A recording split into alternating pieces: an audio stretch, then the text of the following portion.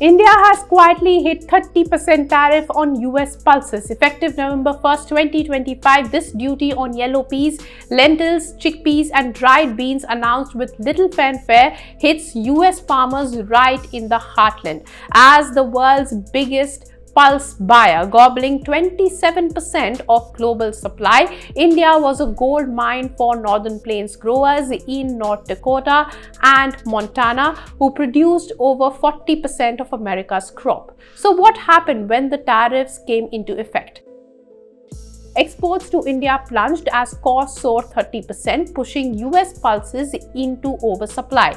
Early 2026 data shows shipments dipping, wholesale prices tanking 10 to 15% in spot markets, and annual losses stacking to $50 to $100 million.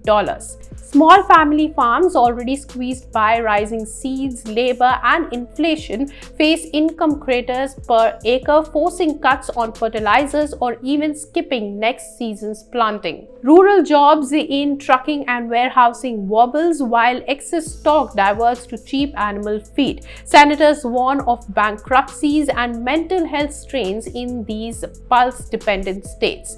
So will this dal duty derail US-India trade talks? Well, absolutely. It's a new flashpoint in the long-standing bilateral deal, now tangled with agricultural access, digital rules, and Trump's 50% tariffs on Indian goods. India shields its farmers from cheap imports amid monsoons and shortages, but US sees it as unfair. India's agricultural tariffs average 39% versus America's 5%. Analysts say that it risks broader friction, delaying $500 billion trade deal or trade goals by 2030, though diplomacy could carve exemptions.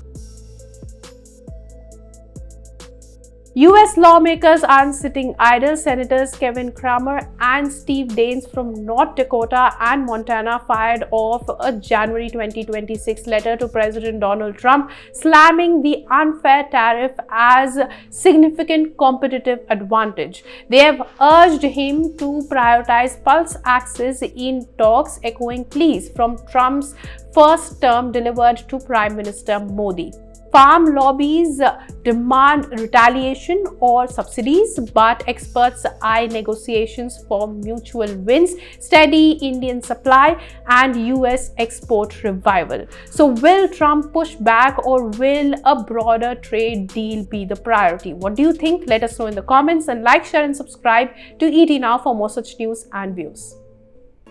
If you like this video, then like, share and subscribe to ET Now.